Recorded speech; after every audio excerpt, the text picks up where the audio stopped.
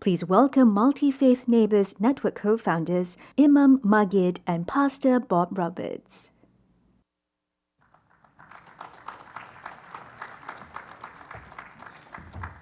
Magid, over here. This is where I want us. If it wasn't for me, you'd be all over this room. Go ahead. You know, the reality is rule of law is important. It matters. You've got to have laws that protect religious freedom. But is that enough? No, the law is not enough. We need to have relationships. It's all about relationship. You can have all the law in the books, but if people do not build relationship and understanding between one another, they will not respect, they will not protect one another religious freedom. You know, Magid, that's true because I used to be petrified of Muslims. I thought that they wanted to kill all the Christians and take me out. Not all Christians, maybe you, but just teasing. It is the misunderstanding and misconception that we have with one another.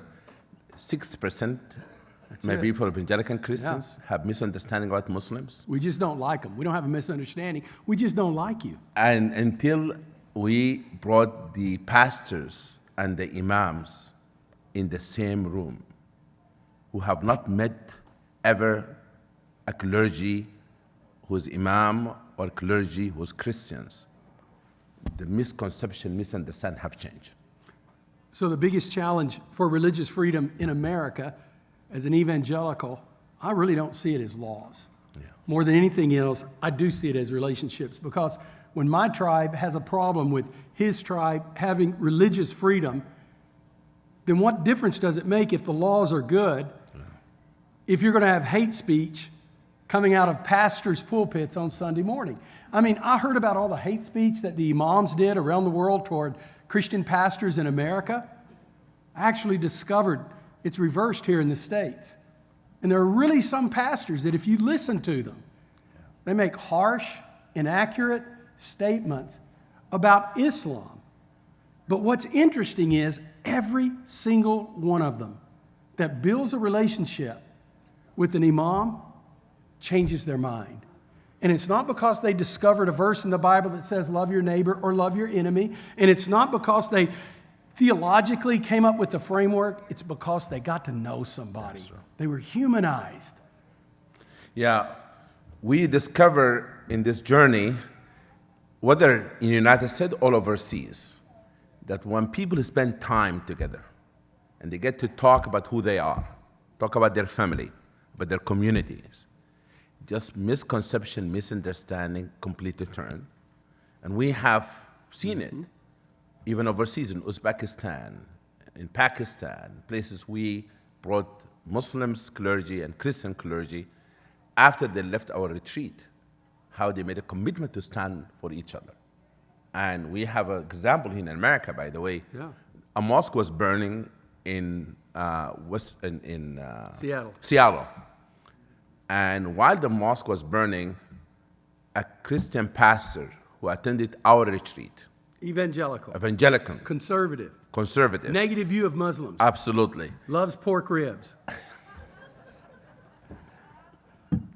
Brought the key of his church to the imam to offer his church to be the place of worship. That is what we need to see in every neighborhood, not only in America, but around the world. But you know, I know of this church, a mosque, if I'm not mistaken, that is not too far from here, that when 2 churches were burned down in Pakistan, their mosque raised the money and rebuilt those 2 churches in Pakistan. And if I'm not mistaken, that's your mosque. Yes. It happened that I work for this mosque, Adam Center. We have the Pakistani professionals, ladies in our community, who initiated the fundraising of rebuilding those 2 churches in Pakistan because they went to school there. And they have raised money and they gave it to the bishop of Pakistan to rebuild those churches. So what we're learning is that if we want to protect religious freedom, then what's critical is we've got to get to the grassroots. And the clerics are the key to the grassroots. Absolutely. And so if we get to the clerics and they impact the masses, the congregants, then we've got a shot at changing the way everything is. You know, Magid, honestly, people ask me all the time, have I changed my theology? I haven't. I mean, it's been a year since we were here last. I've still not been able to baptize you. I'm not giving up. And nor I couldn't bring you to the good to say Shahada. You should let me go to Mecca without doing the Shahada. I would like to see it. I'm fascinated by it. But the reality is, for example, I know your daughters by name. I pray for you and Amara, your wife, every day. Same thing I about your never family. would have thought I could have been close to an imam. Maybe to pray for him for them to accept Christ. But to pray for you about other things, whether it's health or family, and to be able to share with you. I mean, I just would have thought, no, that's not even possible. And yet it's changed my life. It's changed my family's life. You know, I've never thought in my wild dream when I was growing up in Sudan that I will become a friend to an evangelical pastor, white guy from Texas. Don't make fun of white people. But it's very important, seriously, if all of us live our faith and see the humanity of one another. As is Bob become very close friend to my family, I become close friend to his family. It's no longer just about me being Christian and Muslims, but you need to see the humanity of one another. You need to care about one another. If the Bible, if the Holy Quran, the teaching of Islam says, love thy neighbor, we have to live our faith. It's not about how our neighbor look like. Regardless of the religion, regardless of the ethnicity, still we have to practice our faith by loving them. For I really appreciate your friendship. Not only that, our friendship have brought many other people together. Because of the trust you have for me, a trust I have for you, many pastors have trusted you. Many pastors who came to that room, sitting with Muslim, they said to me, I would not have come to this place, it wasn't a Bob. I trusted him, that's why I came here. The same thing for the imams. What I think is about building a relationship and have a ripple effect in our community by bringing people who have not sat together, not get to know one another, to build honest, open relationship. You know, Magid, one of the lessons I learned when I got to know you and I got to know Muslims and so forth, and I realized the majority of them were just like the majority of Baptists. Most of them good. We got some wild Baptists, but most of them are pretty good. But one of the lessons I realized was the greatest challenge I had was not from Muslims. It's from my own tribe. Bob, what are you doing hanging out with these Muslims all the time? Why are you friends with Magid?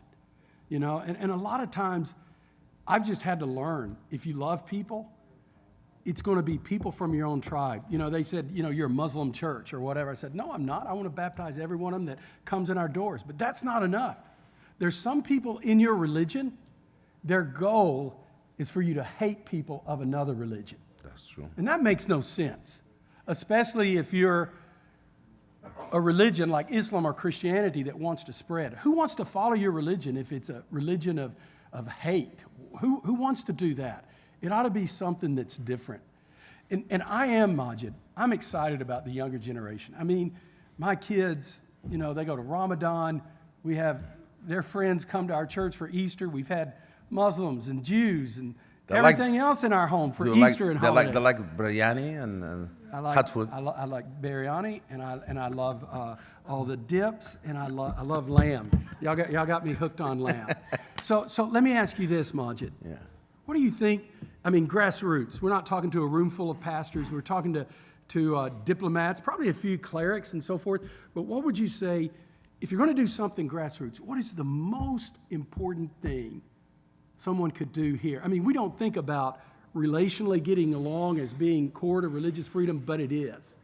What could everybody in this room do here today? Number one, get to know your neighbor in a real sense, not just saying hi to them when you know, taking your meal in the morning. Get to know them. Open your house for your neighbor.